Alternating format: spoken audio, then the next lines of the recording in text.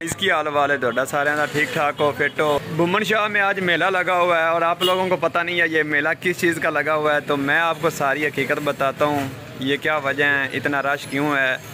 असल मेन वजह ये है कि यहाँ पे ना महकमा औकाफ वाले आए हैं। उन लोगों ने मतलब बहुत सी जो दुकानें थी, बहुत सी शॉप्स थी जो उन्होंने सील कर दी हैं। तो इसका कहने का मतलब यही है कि वो जो शॉप वाले हैं वो टैक्स नहीं देते। टैक्स ना देने की वजह से वो लोग आए हैं। उन लोगों ने अपनी दुकानें जो थी वो उन्होंने सील कर दी हैं और बंद करके वो चले गए हैं। यहाँ पे भी कुछ शॉप्स बंद करने लगे थे, लेकिन इनका जो उन्होंने रिकॉर्ड देखा तो रिकॉर्ड में इनकी शॉप्स बिल्कुल ठीक थी, मतलब इन लोगों ने टैक्स अदा किया हुआ था कहने।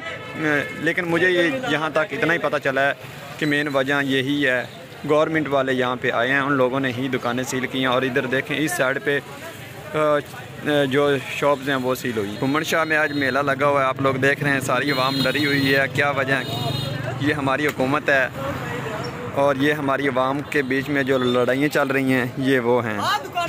तो ये देखें सब लोग